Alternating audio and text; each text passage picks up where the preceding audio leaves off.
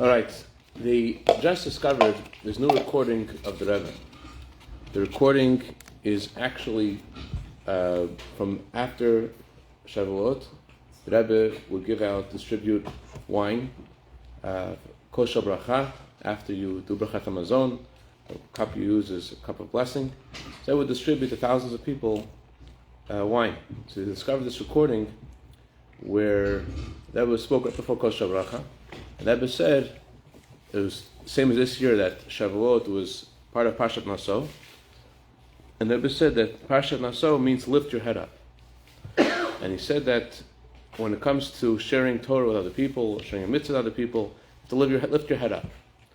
And the simple translation of what they were saying was that be proud of who you are, be proud of where you're going. But in order to get there, I think another component that's needed is to lift your head up and not to be worried, not to be concerned. There was a wise man who said that a heart that's free of worry lives a lot longer. So the theme of this Torah portion, Naso, is Naso at Rosh, is lift your head up. Lift your head up, and to get free of all worries and concerns and fears. And the question is, it sounds great, but how do we do that? How are we able to achieve something that all of us, experience, most of us at least, that is something that bothers you, concerns you. You have daga, you have worry, and it doesn't allow you to function at your highest level. We see children running around, and they're smiling, and they're jumping, and they're happy. No one ever asks a child, why are you jumping around? Why are you so happy? If a child cries, you say, what's wrong? Adults, by us, it's the opposite. Someone's walking around, and they're, as they say in English, farchmurit. Their face is a little bit, a little down, a little cloudy. Okay, yeah, normal. Guy's smiling. He says, what happened? You won the megabucks or something? What's going on? Why are you so happy? What is the secret that children know about life that we don't know, that we may perhaps learn from children? One thing that children is that they don't live with worries. And you'd think that children have a lot more worries than we do, because children don't have the same amount of options and opportunities that we do. They don't have the same amount of skills and the connections to be able to fend for themselves. And yet children, they walk around mabsut, happy, they live without the worries. On top of it, also, when they hit and fall, there is God watching them. I mean, when you look at the child. His expression in Yiddish, unbelievable. When a child falls, Hashem puts down a pillow, a cushion. It's true. They don't know. But the question is, how can we live that same way without any worries? How do we get there? I tell them.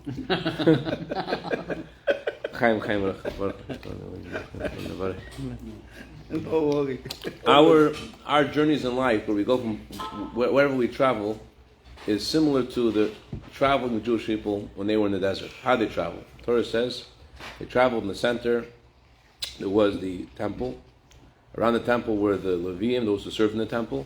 And Ksas, of course, the Kohanim. All right, yeah. And then there were 3 tribes on each side. Each side there was 3, total of 12 tribes. And on top of the tabernacle, on top of the temple, there was a cloud. And when it was time to travel, the cloud would ascend. And everyone knew it was time to go. And when the cloud would move, they would go with it. And you can imagine what kind of undertaking that was. You have 3 million people traveling together, men, women, and children. And it's not like they had a big 18-wheeler carrying everyone's bags. Everyone carried their own bags. Everyone had their own tents, pitch their own tents, take things down, pick things up, food, children. There's a lot of stuff, a lot of things have to be taken care of. And you had no idea when it was going to happen. You had no idea when the next time to go would be. And it's not like you could decide. It wasn't like there was a program. It wasn't like, okay, we're going to go here, and then we're going to go there, we're going to stay for 2 weeks, and go for. You can move, and you have to set up shop, and everything's all settled, and then next morning you wake up, the cloud's going again, time to move. And it's very disconcerting, very, very, something which naturally would bring people to be very dysfunctional. You have no idea how long you're staying. You have and not always was every place the most comfortable place, and you have no idea how long you'd stay there. So the question is, as the Ramban asks, what was the point of this?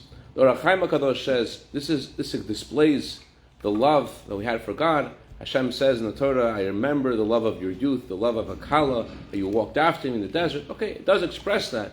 The question is, what's the point of that? What's the point of putting us into this roller coaster? So the answer is like this. There's a beautiful teaching from Chaim Shmulevitz, the previous Rosh Hashiva of Mir Yeshiva. He asked the following question. It says in Gemara, in Shabbos, Daf Lamed Aleph, Gemara says that on Shabbos, you're not allowed to destroy anything. You're not allowed to build anything. Destroying is not biblically forbidden. It's only forbidden biblically on Shabbos to build. To destroy is not forbidden.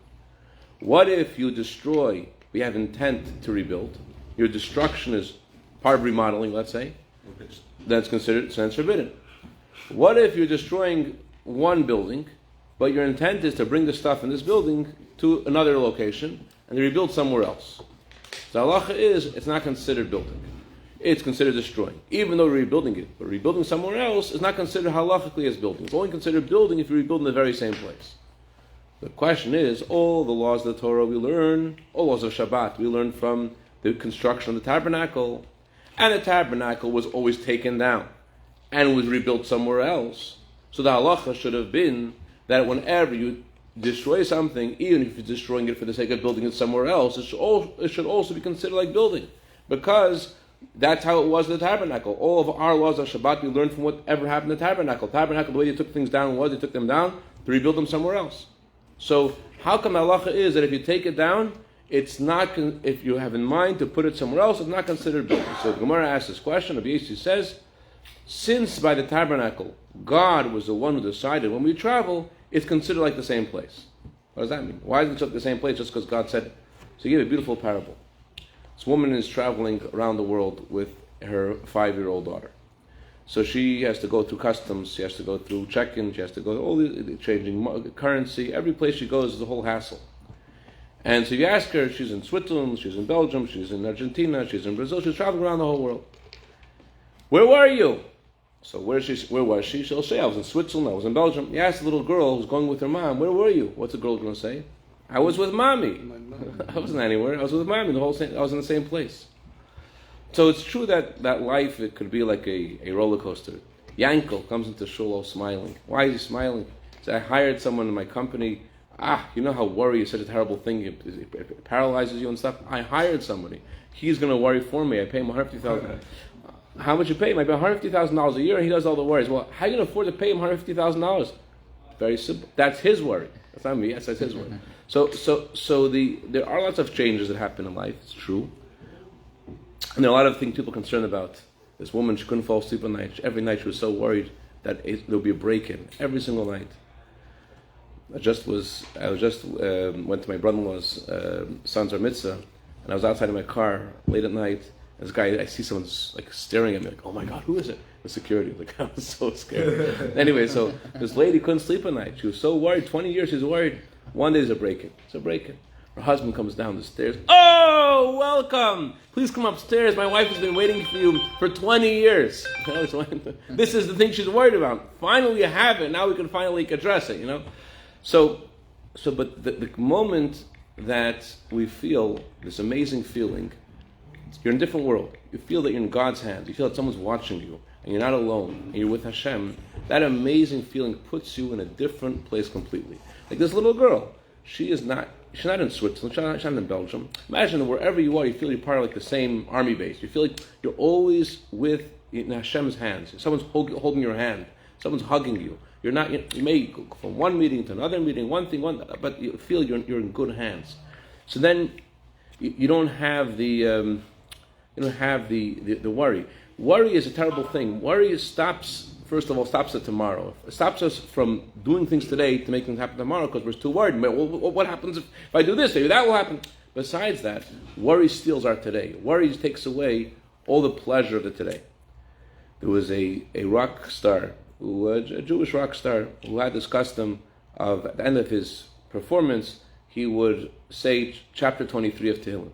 Chapter 23 talks about God being our shepherd, and God watches us. And after he finished the chapter, everyone gets up and everyone claps their hands. One old man comes to his performance one night, and he says, "Can I do the chapter instead of you?" He says, "Yeah, you do it."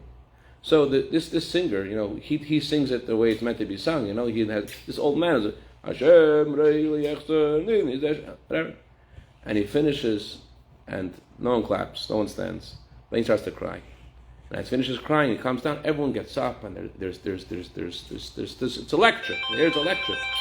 So the singer asked this old man, "What's your secret? What's your secret? How do you do this? How do you touch everyone like that?" He said, "You know the song. I know the shepherd. The song is knowing the shepherd. I know the shepherd."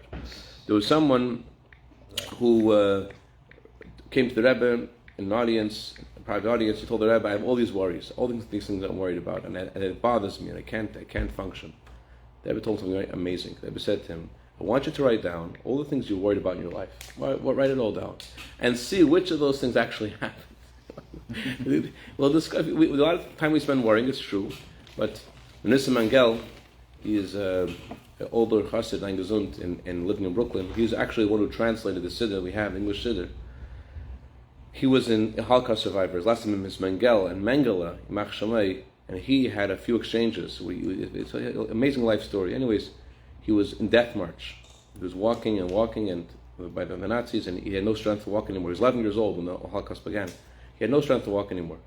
He's about to just drop down, and then he had a memory from his Shabbos table. His father liked to say the following story of the Baal Shem Tov. His father would say the following story. There was a man who visited the Baal Shem Tov, and he found out that his wife was about to give birth. So he had to go back home through a forest. So he told Baal Shem Tov he's frightened to go. Baal Shem Tov says, "A Yid is keimul nishtalein. A Jew is never alone. You're not going by yourself." So you remember that sentence that his father told him, that Baal Shem Tov said, and that just gave him the strength. A Yid is keimul nishtalein. There's a Jew named Official Schechter. Official Schechter says a story he knows firsthand. The story is like this. There was a woman who, after the Holocaust, she came to America, she remarried, she was married for 10 years. She went to many specialists, many doctors, she couldn't have children. She went to one top specialist after going to many others, and the specialist said, "When hair will grow on my palm, then you'll have children." Okay? This really crushed her because she had a family. She had a husband and children. Someday they're going to come out with this thing to put that on vibrate. You know what? Someday they'll come out with it. Anyway, so maybe not today, maybe not tomorrow, but soon, someday. Anyways, she's living for 10 years in America, and after 10 years in America, she's so depressed, and she goes to, hearing these words from the specialist, she's totally crushed. She goes on a bus, and she's just crying the whole ride. And everyone goes off of their stop. She doesn't go off the bus. They go to the final stop of the bus, and she doesn't go off the bus. She just sits there and crying. And the bus driver is like, "Ma'am, this is the final stop. You got to go." He's like, "No, I have no place to go. I have no place to go. I want to rebuild my life, and I can't. I don't." The bus driver's like, "Listen, I had a hard day today too, and ma'am, you got to go off the bus." She goes off the bus, and all of a sudden she feels this hug. She feels a hug. And she turns to Hashem and she says, "I know." This is what happened to her during the war. During the war, she was living with her family in Poland, and they had in the kitchen, they had a door, and the door was covered with a rug, and under the door, that's where everyone hid. So she was assigned that day to go in last. Someone has to go in last instead of hiding to close the door and to hide in the closet. That was her job that day. So she closed the door. The last person goes in. She goes in the closet. The Nazis come in. They start breaking things and throwing things. And one of them notices a little bulge on the floor, and he pulls up the rug and he sees the door. None of them are alive today. Only she is alive. And so she turns to Hashem and says, "I know you saved me. I know that you helped me. I know you're always with me. I need to start a family. Help me start a family." The next year she had a child. That child has today children and grandchildren and great-grandchildren. And this Official Schechter, he said, "I know this story firsthand. You know why? Because this is my mother. She had 14 children, and their children and grandchildren, great-grandchildren." There was a captain who he's directing his ship, and all of a sudden there's a little bit of a storm. Tells everyone go with their dad, everyone go with their family. And one kid's crying, doesn't stay, stays in the same place. I said, "Why are you crying? Just go with your dad." The kid says, "I don't have a dad." The moment that we lose our faith in Hashem, the moment we lose, not just our faith we lose our equilibrium, we lose our sense of confidence. When we have the emunah, we have the confidence, you're living in a different world. That's the whole point of why God took us out of Egypt. The word Egypt means limitations. Hashem taking us out of Egypt was take us out of our limitations and guiding us in the desert in this precarious way where we have no idea what's happening today or tomorrow. The whole point of that is to inculcate in our psyche forever, the part of our neshama, that we feel secure because we're following where Hashem is guiding us. There was a Jew named Mordechai Lechovich, a great tzaddik. He said, the only worry that's kosher to have is, why am I worrying? Why am I worrying? Don't I trust in Hashem? Why am I worrying? There was a great Breslov chassid. His name was Rabbi Yitzchak. Rabbi Yitzchak was, he had a shoe factory in Warsaw before the war. And he would always talk a big game. He used to come to shul, say, trust in God. God is so amazing. We're like children in God's hand. He talk all the wonderful stuff. And everyone was like, yeah, Rabbi Yitzchak, you have a big company. Leave us alone. We have barely bread to put on the table. We have all these worries. We have all these loans and credits and debts. And that's what they would say to him. That's what everyone would think when Yitzchak would come in. Oh, here he goes again. Here he goes. Here goes the preacher. That unfortunately there was a fire. He lost everything, and everyone thought like he's not coming to shul anymore. He's not. He comes to shul. He says the same thing. Gets up in shul. The Eibishter, Hashem, and whatever. Someone said to him, Rabbi Yitzchak, how do you do that? You just lost everything. You have nothing. You're penniless. Yitzchak said like this: there's a law, a halacha. There's a halacha says that when you're davening, when you're praying, you're not allowed to lean on something. There's a definition of what leaning is. If you're just putting your hands on the table, it's okay. The halacha is if you're leaning on something in a way that if the thing would be removed, you'd fall. That's called leaning. So Rabbi Yitzchak said, I had a business and I was involved. My hands were on it, but I never leaned on it. I always felt that this is not where I get my strength from. This is not what's keeping me going. This is not what's making things happen in my life. What's making things happen in my life is Hashem, and therefore, when the business is gone, I am leaning on the same one I leaned on before.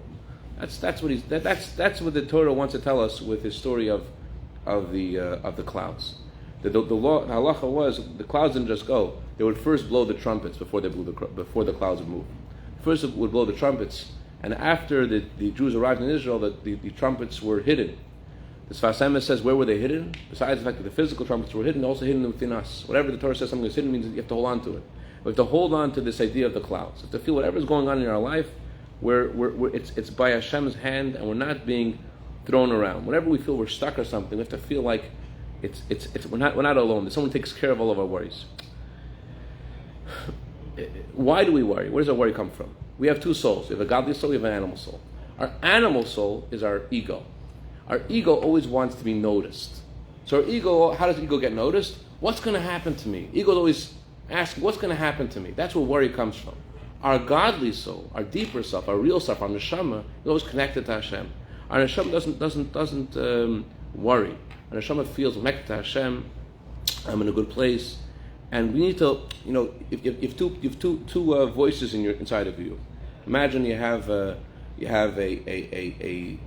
two animals in your head, and one you feed and one you don't feed. The one that you feed is the one that's going to get bigger. So similarly, when we allow the voice of worry to fester in our brain, we keep on feeding ourselves these thoughts. It's going to become the louder voice in our brain. Unfortunately, what happens is people get sick. People can't go to sleep at night. People really go through. They live a different life. So the Torah is telling us that we need to Naseh Esreish, lift our heads above the worry and realizing whose hands we're in, and think about even when we get things happen that are not the way we want them to be. And the Torah says the tabernacle was holy when it was taken down as well. You weren't allowed to look at it when it was being deconstructed. So in a similar way, a Jew is, even when you're down, it's not happening by itself. It's for the purpose of getting to Eretz Yisrael. Maybe help us all.